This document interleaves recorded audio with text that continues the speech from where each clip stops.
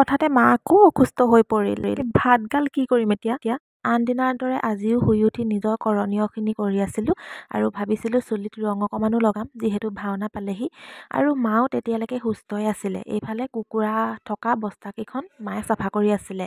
যিহেতু আজিকালি কুকুৰাকেইজনী মোৰ ৰুমতে থাকে। আনকালে বাৰু পাকঘৰত বান্ধিছিলোঁ, এতিয়া ৰুমবিলাক চিজিল হৈ গ'ল যিহেতু পাকঘৰত বৰ হেঁচা ঠেলা হয়। আৰু এই কামখিনি আকৌ মই নকৰোঁ, তাৰমানে এইখিনি সদায় মায়ে কৰে।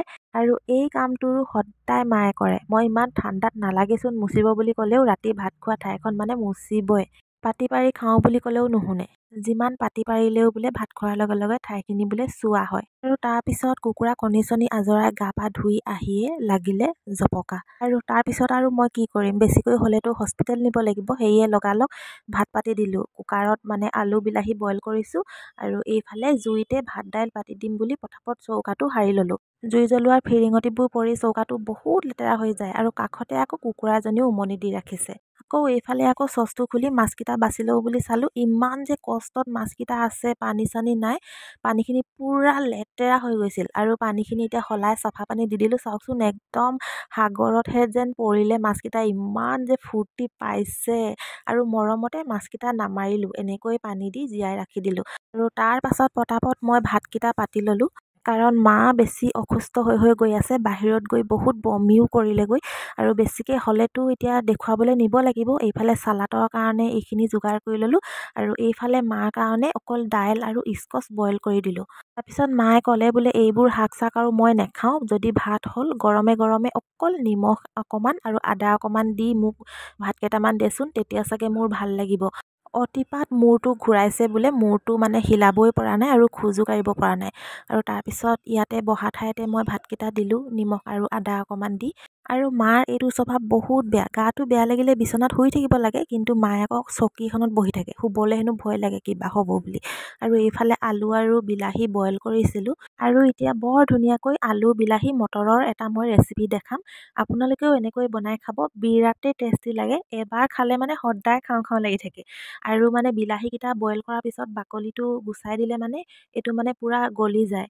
আৰু এইফালে সকলোবোৰ যোগাৰ কৰি ল'লোঁ, মটৰ, বিলাহী, আলু, এইফালে চালাড অকণমানো বনাই ল'লোঁ। এইফালে ৰচুন পিঁয়াজ কাটি ল'লোঁ। এতিয়া কেৰাহীত প্ৰথমে ৰচুন আৰু পিঁয়াজ দিছোঁ আৰু বিলাহীকেইটা গোটাই গোটাই দিছোঁ, কাৰণ বাকলিখন গুচাই লোৱা হ'ল। এতিয়া পুৰা সিজি থুলথুলীয়া হৈ যাব।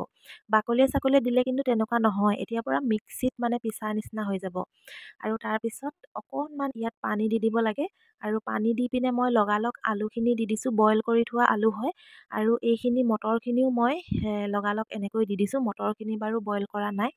আৰু ইয়াত অকণমান পানী দি এতিয়া মই প্ৰায় 5-10 মিনিটমান উতলিবলৈ দিম, যাতে জোলখিনি অলপ ডাঠ হয়। আৰু 10 মিনিটৰ পিছত দেখিলোঁ বৰ ধুনীয়াকৈ সিজি আছে। আৰু এতিয়া মই বেলেগ মছলা ব্যৱহাৰ কৰা নাই, আপোনালোকে বেলেগ কিবা কিবি মছলা দিবও পাৰে। মই কিন্তু মছলা অকল মিট মছলা অকণমানহে দিলোঁ। এতিয়া যে ইমান ধুনীয়া কালাৰ আহিছে নহয়। আৰু এইয়া চাওক কি ধুনীয়া কালাৰ, একদম হোটেলত যেন বনাইছে। এইয়া এতিয়া যিসকলে মোক উল্টা পুল্টা কমেণ্ট কৰি থাকে, মোৰ কাম বন নাই, এনেই কি আল্টু ফাল্টু ভিডিঅ' বনাই থাকোঁ, সেইসকলক এতিয়া মই ক'ব বিচাৰোঁ, আজি যে এই সাঁজ ভাত যে মই খাইছোঁ, আৰু বাঁহৰে হওক লাগিলে ঘৰখন যে মই ইমান মজবুতকৈ বনাই ল'লোঁ, ওপৰত নতুন টিং লগালোঁ, চাৰিওকাষে নতুন বেৰ লগালোঁ। এই কামখিনি কিন্তু আজি মই ভিডিঅ' বনোৱাৰ কাৰণেহে কৰিব পাৰিছোঁ। কাৰণ ভিডিঅ' বনাই মাহেকত মোৰ যি এটকা উপাৰ্জন হয়, সেই উপাৰ্জনৰ টকাৰে মই আজি ঘৰটো বনালোঁ। আৰু আজি যদি মা গাটো বেছিকৈ বেয়া হৈ যায়, মই ভিডিঅ' বনোৱা টকাৰে লোৱা স্কুটিখনেৰে মাক ডক্তৰৰ ওচৰত দেখুৱাব পাৰিম, মাত্ৰ ভিডিঅ' বনোৱা টকাৰেহে। মই ভিডিঅ' বনোৱা আগলৈকে আমাৰ ঘৰখনৰ বেৰবোৰ ভগা চিগা ডাঙৰ ডাঙৰ বিন্ধা আছিল। আমাৰ মনে সেই বেৰৰ ফাঁকেদিয়ে বাহিৰলৈ অহা যোৱা কৰিব পাৰিছিল। কিন্তু এতিয়া মাত্ৰ ভিডিঅ' বনোৱাৰ কাৰণে এখন নতুন ঘৰত আমি পানী নপৰাকৈ থাকিব পাৰিম। গতিকে আপোনালোকে মোৰ ওপৰত জ্বলাতকৈ আপোনালোকেও চেনেল এটা খুলি বনাওকচোন, আপোনালোকেও পইচা পাব।